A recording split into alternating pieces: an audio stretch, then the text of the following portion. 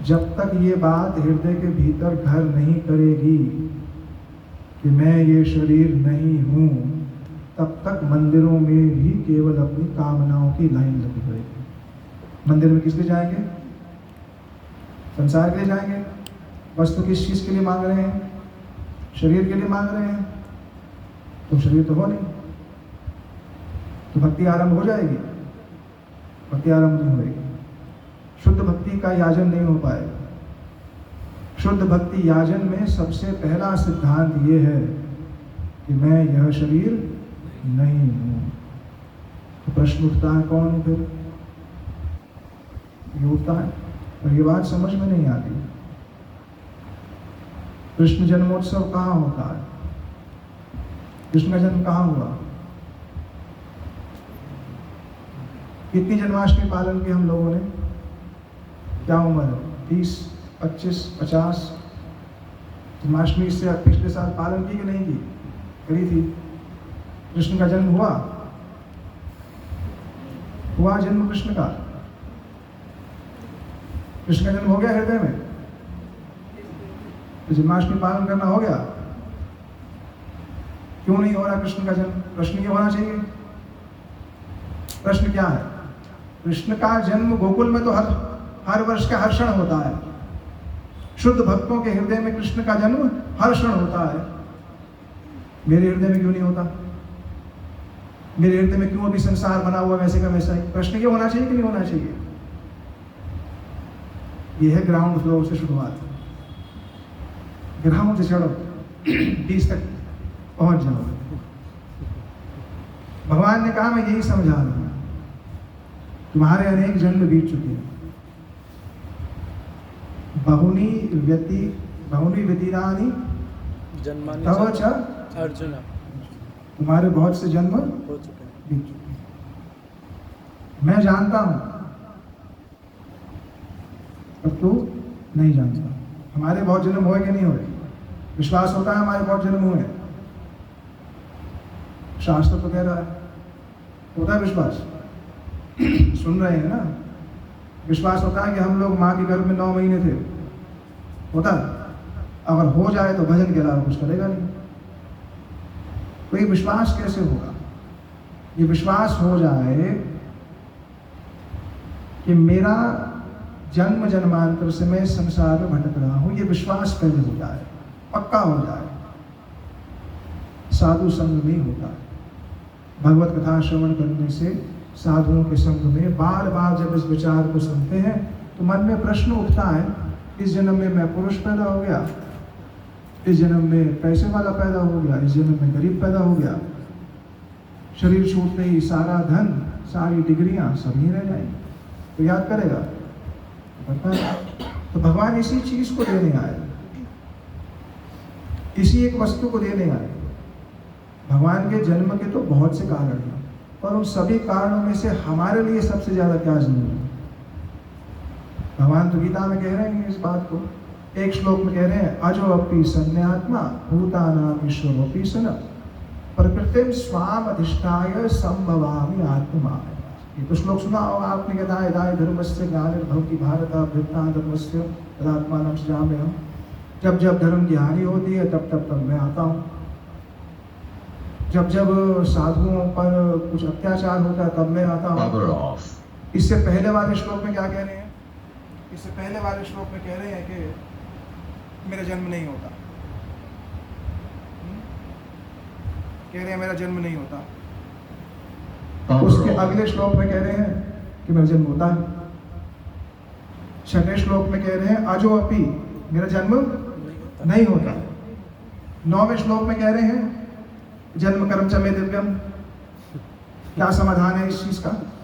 समाधान ये है कि जैसे हमारा जन्म होता है, प्राकृत शिशुओं का जन्म होता है, स्त्री पुरुष के मिलन से संतान उत्पत्ति होती है, कर्म आधीन होकर के जीव इस संसार में भटक रहा है। भगवान का जन्म ऐसा जन्म नहीं है।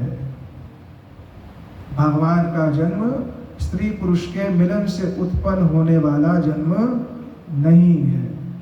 पहले ये आधार समझ में आ जाएगा, ये भगवान का जन्म हो रहा है, किसी प्राकृत शिशु का जन्म नहीं हो रहा है। किसी सामान्य व्यक्ति का जन्म नहीं हो रहा है। भगवान कर्म के अधीन जन्म नहीं लेते। हमारा जन्म कर्म के अधीन हुआ कि नहीं हुआ?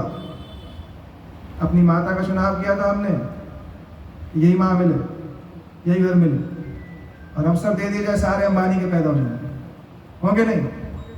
कोई बोलेगा मेरे को यहाँ पैदा करो? अगर ये पूछा जाए जन्म से पहले, हाँ भैया कहाँ पैदा होना चाहते हो, हम क्या बोलेंगे? क्या बोलेंगे? मैं नीता अंबानी के पैदा कर दो कि नहीं? और हमसे पूछा गया, फेंक दिया गया। कहाँ फेंक दिया गया? कर्म के अनुसार एक गर्भ में फेंक दिया बस, और वहीं से ही यातनाएं शुरू, है कि नहीं? अब भी कहाँ फेंका जाएगा? आगे जन्म में कर्मानुसार ही फेंका जाएगा। तो भगवान कह रहे हैं इस जन्म मृत्यु के चक्कर से बचने के लिए मैं आता। जन्म कर्म च मे दिव्यम यो वेति तत्वतः त्यक्त्वा देहं पुनर्जन्मम नैति मामेति सुअर्जुन। अर्जुन जो ये समझ जाता है कि मेरा जन्म और मेरा कर्म सामान्य नहीं है, वो व्यक्ति पुनः इस संसार में आता नहीं। तो हम लोग जन्माष्टमी का पालन करने आए हैं। जन्माष्टमी का उत्सव कब आरंभ होगा? जब कृष्ण का प्राकट्य हमारे हृदय में होगा। हृदय में प्राकट्य होगा, हृदय में जन्म होगा, तब वो हम जन्माष्टमी का सही रूप से पालन कर पाएंगे। ये तो हो गई सिद्धांत की बात। देवमीड़ नाम के राजा, उनकी दो पत्नियां, एक क्षत्रिय वंश की, एक वैश्य वंश की। क्षत्रिय वंश की पत्नी से जन्म हुआ राजा शूरसेन का। वैश्य जो पत्नी है उनसे जन्म हुआ पर्जन्य राजा का। पर्जन्य राजा कौन? श्री कृष्ण के पितामह, कृष्ण के दादा। उन्हीं पर्जन्य महाराज के ही 5 पुत्र हुए, उपानंद, सुनंद, नंद, अभिनंद और नंदन। ये 5 पुत्र हुए। उनमें सबसे मध्य पुत्र कौन हुए? श्री नंद महाराज। नंद महाराज हुए। नंद महाराज के यहाँ पर नंद महाराज का विवाह किससे हुआ? श्री यशोदा जी से। और यशोदा जी के यहाँ जन्म हुआ किसका? श्री कृष्ण का। कृष्ण का जन्म हुआ। तो भगवान के आने का कारण क्या है? भगवान के आने का कारण है, भगवान आते हैं, लीलाएं इत्यादि करते हैं। लीला इत्यादि करके व्यासदेव जो है उसको लिखते हैं, हम जैसे लोगों तक पहुंचाते हैं। हम जैसे लोग उनके द्वारा कही गई बात को सुनते हैं। सुन करके भगवान में मन लगा करके भगवान की प्राप्ति जो है कर लेते हैं। यही ही मूल जो है प्रयोजन है। ठीक है। अब कृष्ण जन्म हुआ, एक बात है उसके अंदर, क्या? कृष्ण जन्म से पहले कितने पुत्र आए थे? 7। पहले 6 कौन थे? कृष्ण जन्म से पहले कृष्ण 8वें पुत्र थे ना। पहले 6 कौन थे? बता दो। 6 ऋषि जिन्हें श्राप मिला था। हाँ, मरीचि पुत्र, मानस पुत्र के पुत्र, ब्रह्मा जी के मानस पुत्र के पुत्र। 8वें में ही कृष्ण क्यों आए? 7वें में क्यों नहीं आए? कृष्ण 8वें में क्यों आए? और हमसे पूछा नहीं था, हमसे पूछा था पहले में क्यों नहीं आ रहे? क्यों नहीं आए? 8वें में क्यों आए? उनकी मर्जी, भगवान है। 8वें में, 9वें में आए, 10वें में आए, नहीं आए। 8वें में क्यों आए? काम, क्रोध, लोभ, मोह, मद, मात्सर्य, ये पहले 6 पुत्र हैं। जब तक ये भीतर हैं, जन्म नहीं होगा। काम, क्रोध, लोभ, मोह, मद, मात्सर्य, हमारे हृदय में काम, क्रोध, लोभ है कि नहीं? हमारे तो नहीं पता नहीं, कुछ सोच रहे हैं पता नहीं है उसे कि नहीं। अरे काम क्रोध लोभ मोह ना हो तो संसार में क्या कर रहे होते? अगर हृदय में काम क्रोध ना होता, लोभ ना होता, संसार के प्रति मोह ना होता तो यहाँ पर होते? हर आदमी यहाँ पर क्या है, इन 6 रिपुओं से दिन रात लड़ रहा है। शरीर के प्रति आसक्ति, परिवारजनों के प्रति आसक्ति, वही चिंतन, वही व्यवस्था, कुछ कर लो, कितना कमा लो, कितना कमा, कुछ नहीं होगा। सब जगह जाता हूँ, सब जगह कुछ नहीं होगा। ये चिंताएं हमें पीछा नहीं छोड़ सकती, लगे रहो, 100% नहीं जाएंगे। तो पहले 6 पुत्र कौन हुए? काम क्रोध लोभ मोह मद मात्सर्य के प्रतीक थे। इनको किसने मारा? काम क्रोध लोभ मोह मद मात्सर्य को किसने मारा? पहले 6 पुत्रों को किसने मारा? कंस ने मारा। और इन 6 को मारने के बाद 7वें रूप में कौन आए? बलदेव जी आए। सप्तम वैष्णव नाम यमनंत प्रचक्षते गर्भो बभूव देवक्या हर्ष शोक विवर्धता। 7वें रूप में कौन आए? श्री बलदेव जी आए। बलदेव जी गर्भ में आए, किस गर्भ में आए थे? देवकी जी के। और जन्म कहाँ से हुआ बलदेव जी का? रोहिणी जी से। क्यों देवकी जी के जन्म के लिए लिया? गर्भ में अगर आ गए हैं तो देवकी जी गर्भ जन्म ले लेते कि क्या है आकर्षण करो, क्यों करा ये सब भगवान? देखो एक तो लीला पक्ष है, इसका सिद्धांतिक पक्ष है। सिद्धांत ये कहता है कि गर्भ संकर्षणात् वह प्राहु संकर्षण भुवि रामेति लोक रमणात् बलम बलवत् तुच्छ्यात्।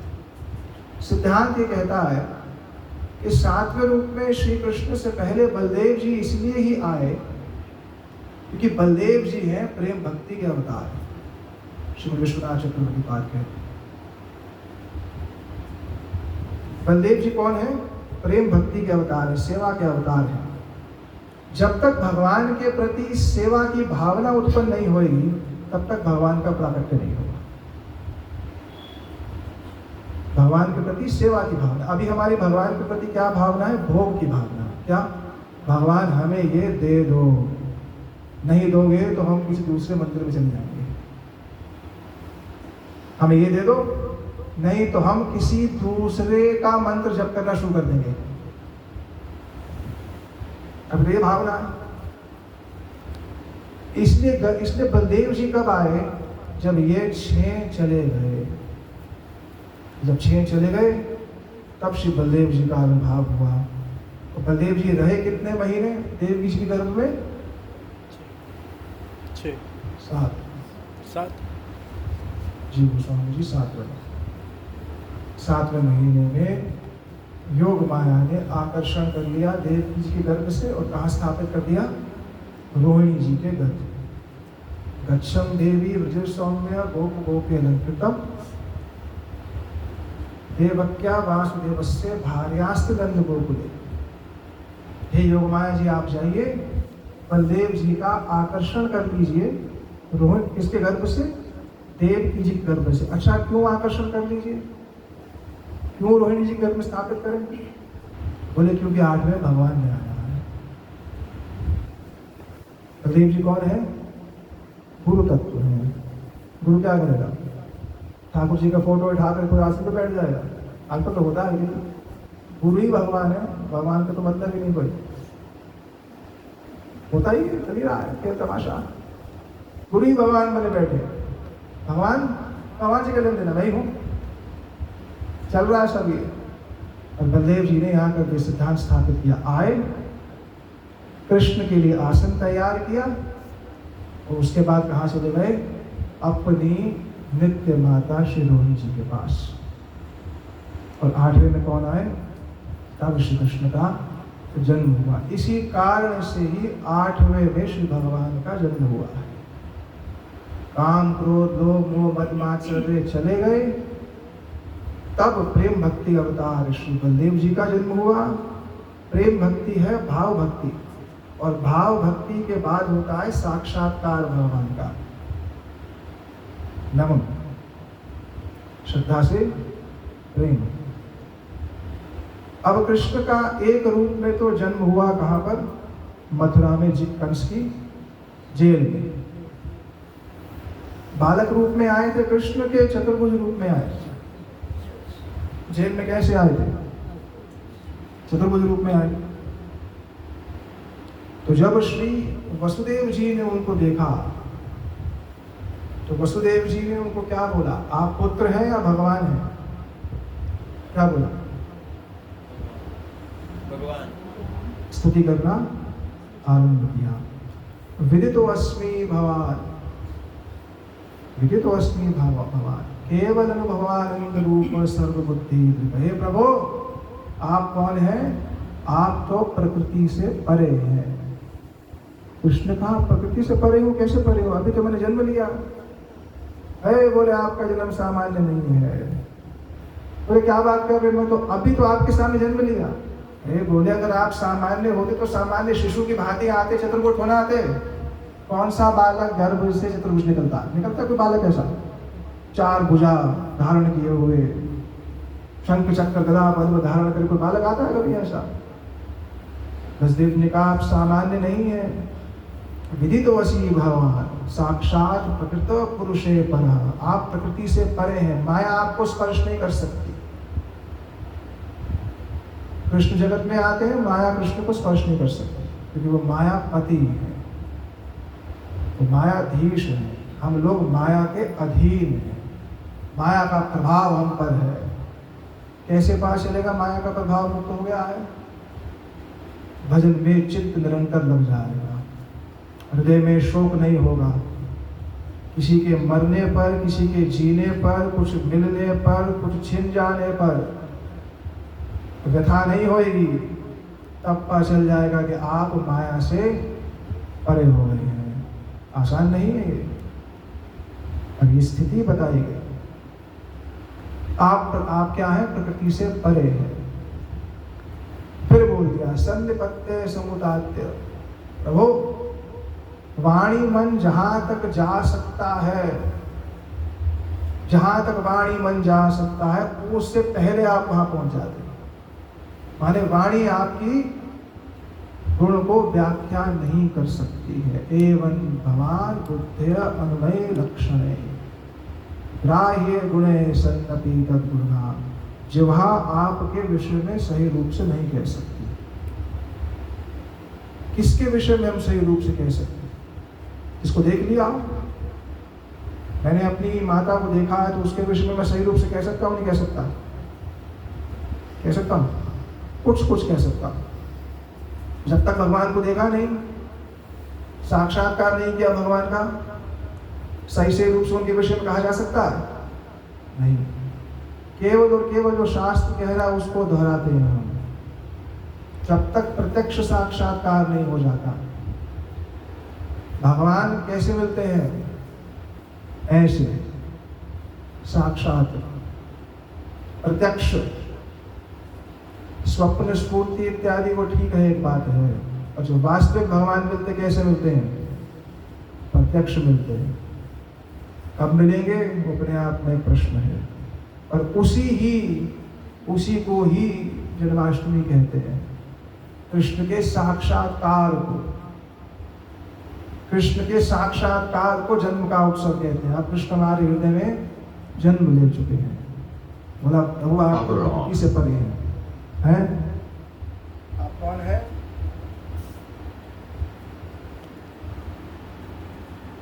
आप तो प्रकृति से परे हैं। अब देवकी जी के सामने आए, देवकी जी ने भी कह दिया हो प्रभु रूपम यत्यत प्राहुत्तमाद्य, ये जो आपका स्वरूप है तो सत्ता मात्र निरीह, सत्ता मात्र स्वरूप है आपका। सर्वात्मन आत्मवस्तुन। प्रभु सारा संसार जगत में मृत्यु से भयभीत है, मृत्यु से कुछ डराती डराती, सबको मृत्यु डरा रही। भाग किससे रहे हैं दिन रात? केवल बचने के लिए। बचेंगे? बच सकते हैं? हाँ बच सकते हैं, नहीं बच सकते? मृत्यु रोक सकते हैं अपनी? जन्म रोक सकते हैं अपना? तो भजन क्यों करें? छोड़ो भाव यहाँ से।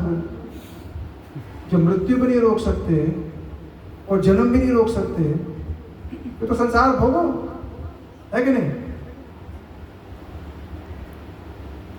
अगर जन्म ही नहीं रुक सकता भक्ति से तो भजन का फायदा है फिर कुछ?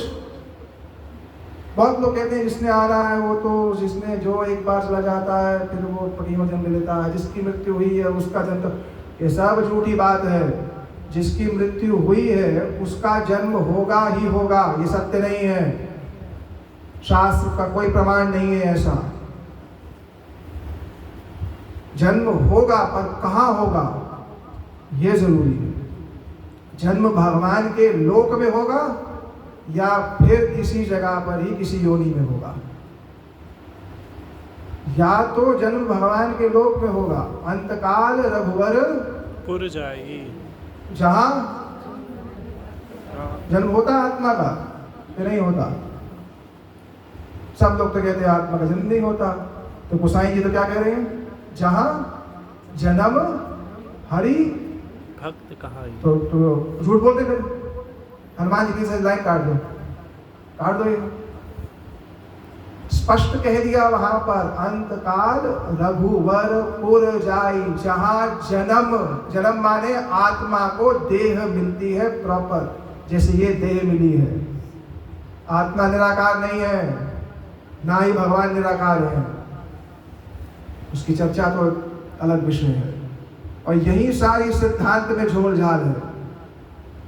जब तक अपना उपास्य समझ में नहीं आएगा मैं किसकी उपासना कर रहा हूं, तब लक्ष्य पे पहुंचेंगे। मेरे घर को कितने रास्ते आते हैं? 1 2 3 4। मैं चारों रास्तों से अपने घर पहुंच सकता हूं एक ही टाइम पर। मैं अपने घर आ रहा हूं, चल वो रास्ता लेता हूं, फिर पहुंचने वाला होता हूं, चल वो रास्ता। ऐसा होगा कभी? सिद्धांत को सही रूप से समझ कर भी भक्ति होती है। भक्ति कोई सेंटिमेंटल बात नहीं है, बस तो गुरु नाच लिया, थोड़ा ढोलक पीट लिया, बस हो गया। बस भक्ति नहीं है ये। भक्ति सिद्धांत के ऊपर खड़ी हुई है। जिसका सिद्धांत पक्ष जितना मजबूत है उसकी भजन में उसकी उतनी दृढ़ता है।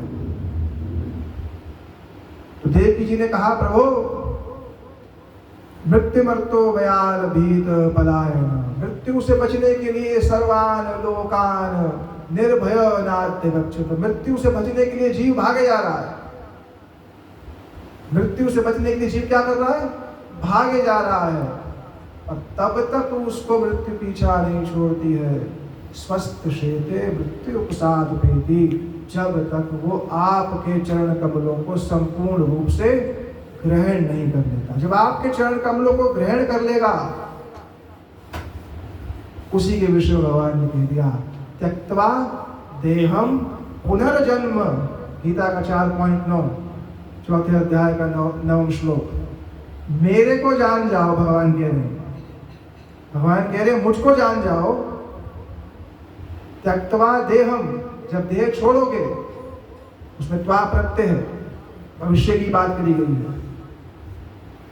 त्वा जो प्रत्यय है, प्रत्यय माने क्रिया होने के बाद। देह छोड़ने पर त्यक्त्वा देहम पुनर्जन्म नैति मामेति सह अर्जुन। ये शरीर छोड़ने के बाद फिर तुम्हारा जन्म नहीं होगा।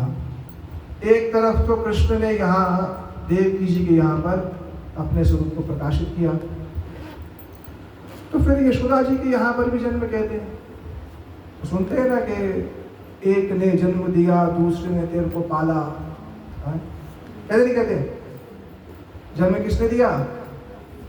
देवकी जी ने। पाला किसने? देवकी जी ने जन्म दिया। देवकी जी के सामने तो प्रकट हुए।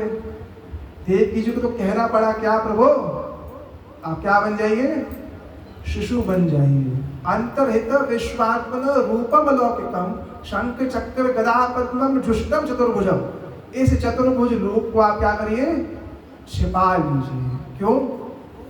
जब मेरे को डर लग रहा था कि कंस आपको मारेगा तो आपने चतुर्भुज दिखा दिया, मेरा भय चला गया। पर मेरे हृदय में आपके प्रति पुत्र भाव भी है। मेरे हृदय में आपके प्रति क्या है, पुत्र भाव भी है। आप क्या करिए, इस शंख चक्र गदा पद्म के रूप को छुपा लीजिए। क्या बन जाइए, बालक बन जाइए। अब इसको बहुत सी बात है, नहीं बोलूंगा यहाँ पर, बहुत सी बात है। भगवान क्या बन गए, चतुर्भुज से द्विभुज बन गए। 4 भुजाओं से कितने भुजाओं वाले हो गए, 2 भुजा। 2 भुजाओं वाले हो गए। वसुदेव जी उस बालक को लेकर के कहाँ चल पड़े, गोकुल की ओर चल पड़े। बंधन खोलने का प्रयास किया उन्होंने, पैरों की जंजीरें थी, खोलने का प्रयास किया उसको। जितने भी सैनिक इत्यादि थे उनसे बचने का प्रयास किया। क्या हुआ उस समय, सब स्वतः ही खुल गया, स्वतः ही खुल गया। क्यों? कृष्ण की प्राप्ति पर समस्त बंधनों से मुक्त हो जाए। कृष्ण की प्राप्ति, भगवान की प्राप्ति पर समस्त बंधनों से मुक्त होंगे। वरना ऋषियों का ऋण, माता पिता का ऋण, देवताओं का ऋण, गुरुओं का ऋण, ये चलता रहेगा। 5 प्रकार के ऋण जीव पर रहते हैं। तो ये नहीं सोच सकता अरे हमने तो टैक्स दे दिया सरकार को, सूर्य को टैक्स कर दिया, सूर्य को दिया टैक्स है, ऑक्सीजन का टैक्स दिया, दे सकते हैं ऑक्सीजन का टैक्स। फिर सूर्य रोशनी दे रहा है, चंद्र अपनी किरणें दे रहा है, पृथ्वी सब प्रकार की औषधियां दे रही, अन्न दे रही है, कोई टैक्स दे रहे हैं उसको? ये ऋण चढ़ रहा है हर क्षण।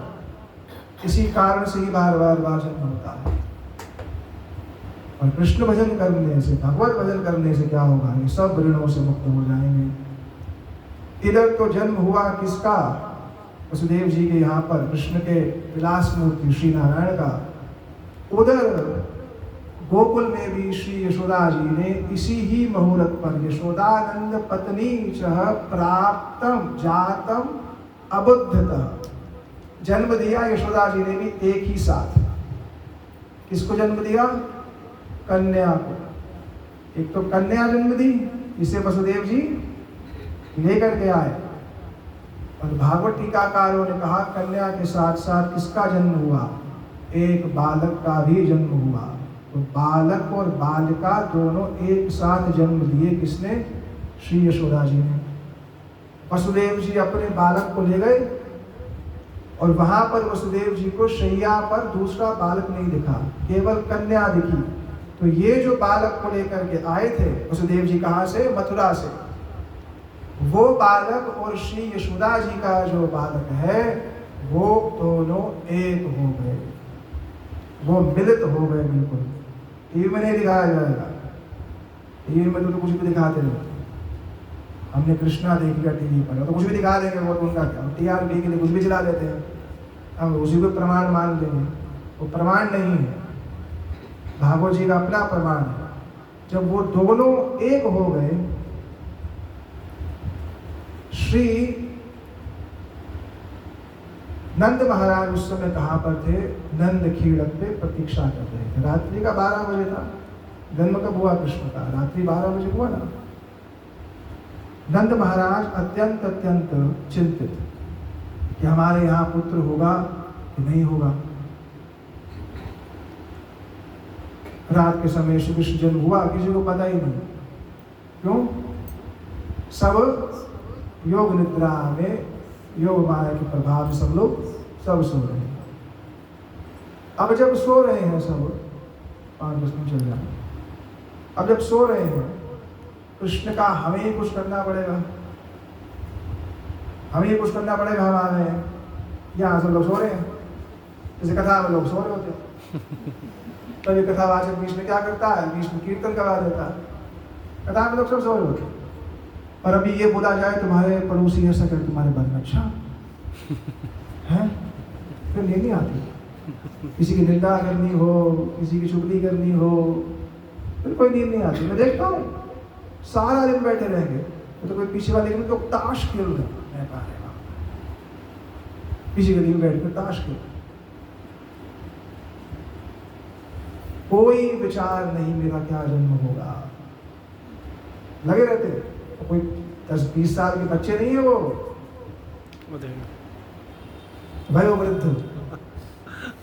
वयोवृद्ध पीछे बैठ कर ताश खेल। क्यों? इस संग ही नहीं हुआ किसी भगवान के भक्त का, तो जीवन कैसे बने? सारा जीवन जब संग ही नहीं का किया तो किसका क्या भाई? जो बाल्यकाल में किया, जो जवानी में किया, बुढ़ापे में क्या करेंगे? वही होगा। वैसी ही बुद्धि, वैसे ही लोगों का संग अच्छा लगता है। इसलिए बाल्यकाल जवानी सुधार देनी चाहिए व्यक्ति को। वो सुधर गया ना, फिर आगे कौन मिलेगा? उल्टा सीधा आदमी आपके पास आएगा ही नहीं। क्यों? बड़े लगा रहे और हम बोलेंगे अच्छा भैया नहीं आया, हमारी भी जान छोटी इनसे, है कि नहीं? इसलिए ये समय वर्तमान सुधार ले, भविष्य सुधर जाता है। कृष्ण का भैया हम जन्म ले लिया, कोई कुछ कहता ही नहीं। तब ठाकुर जी पहली बार मंद मंद रोदन किया। बालक जन्म लेता है जो रोता है ना, अब कृष्ण तो प्राकृत बालक तो है नहीं, वो तो अपराकृत बालक है। अब अपराकृत बालक का रोदन कैसा होगा? गीता में भगवान बोले प्रणव सर्ववेदेषु, समस्त स्वरों में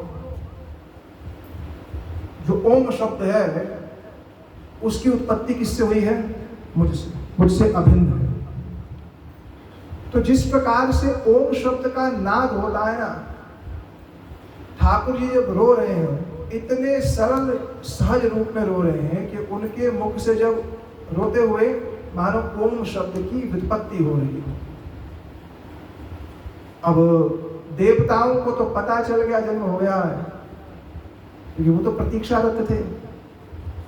इधर ब्रजवासियों ने जब श्री कृष्ण का रुदन सुना तो सबसे पहले माता यशोदा ने श्री कृष्ण को अपने निकट शैया पर पाया। जब